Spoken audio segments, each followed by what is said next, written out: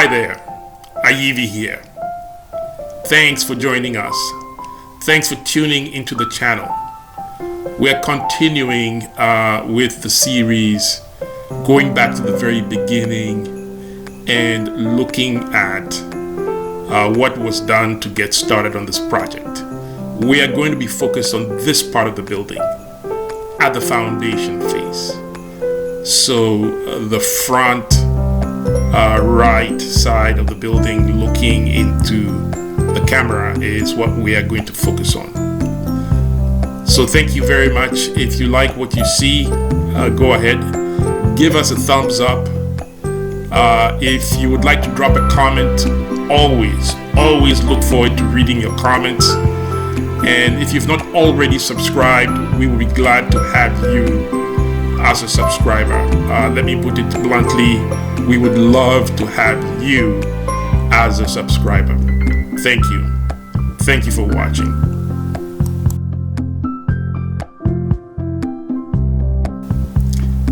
On this day, the Masons have marked out the territory.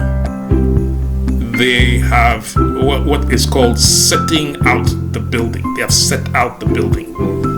They are verifying that the plans from the architect are true to the land, making sure that the boundaries respect the land that is available, and that there will be no future disputes with neighbors,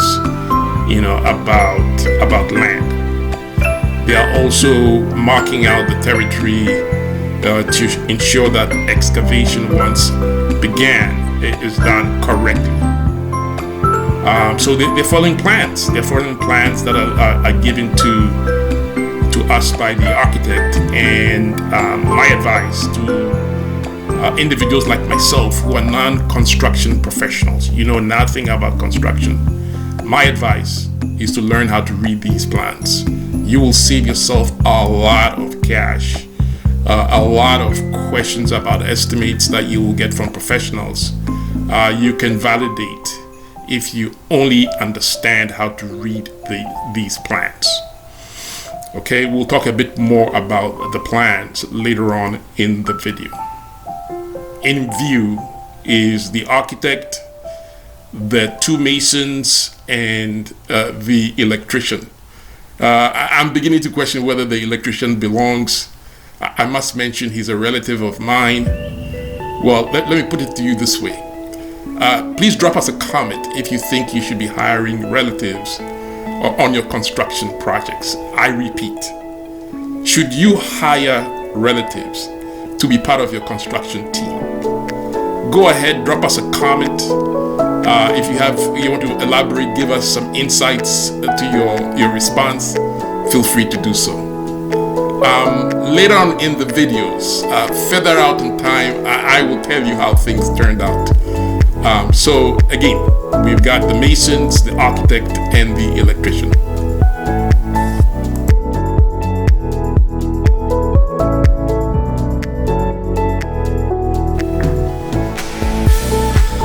Before proceeding any further, I would like to make a very honorable mention of the lead mason at this time.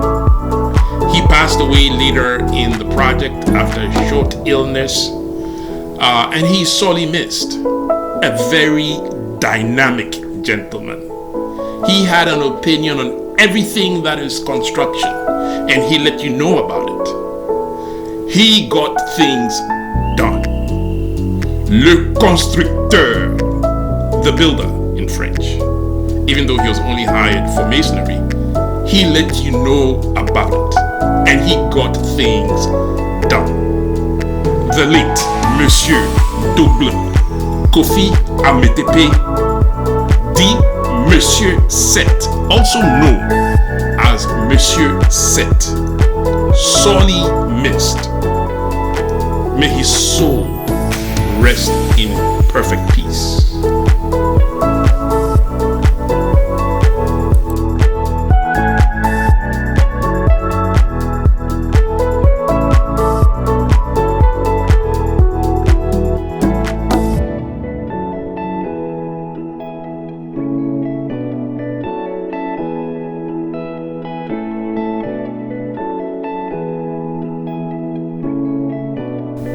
Monsieur Set and the team of masons have broken ground.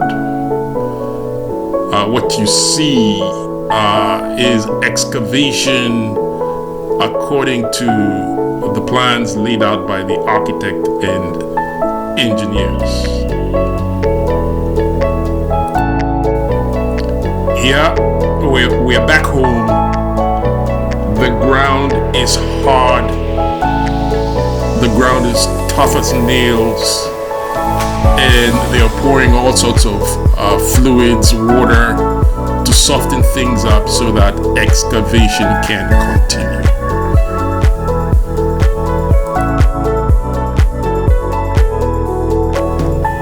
In those square holes will reside columns and footings. These are columns and footings made from iron rods, rebar.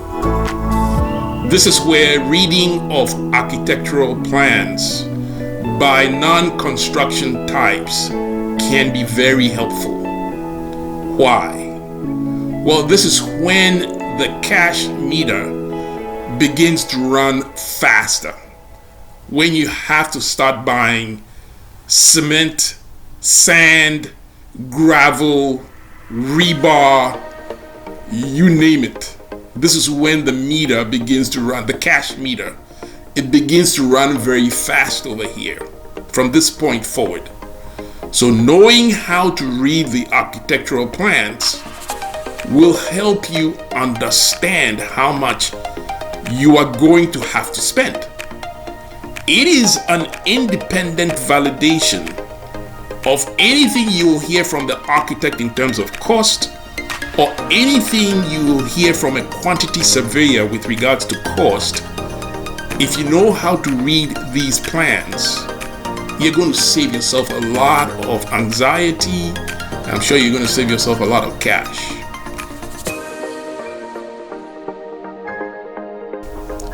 Here we see 25 cubic meters of gravel. It will be mixed with sand and cement to create concrete mortar that will be used to build, that will be used to lay a solid concrete foundation. We now see 12 cubic meters of sand.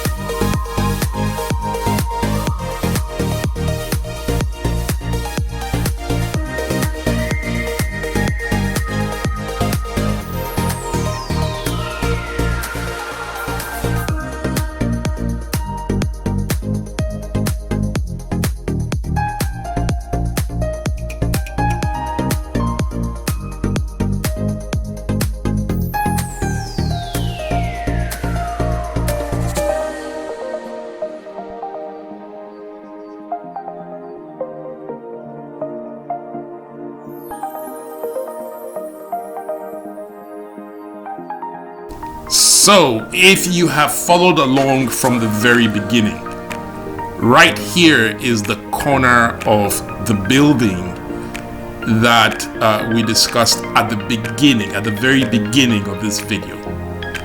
These are the structures that are in the ground as part of the foundation. A long story about the depth of the foundation laid for this building. I remember vividly as the project was bid out to various contractors. I got questions, a lot of questions about whether or not we were building a cathedral, given the depth of the specifications from the architect and the engineer. Some thought it was a bit overdone. Had extensive debates, discussions with independent construction experts, and I finally decided to go along with the recommendation of the architect who I had chosen, who is currently in view on this particular decision. So we have come to the end of this video. To viewers who are non-construction professionals like myself who would like to build, my advice would be to learn how to read architectural plans, especially those from the engineers. The way to do that is to reach out to construction professionals who know how to read these plans. You could go to a former classmate who is an architect today. You could go to a former classmate who is a civil engineer today. With a sit down of about 20 to 30 minutes, you can learn how to read these architectural plans. With a few additional pointers, like being able to calculate areas of surfaces and volumes of structures in 3 dimensions, you should be able to follow along and manage cost effectively as your project is being realized. Until next time, this is Ayivi saying cheers. Cheers to you.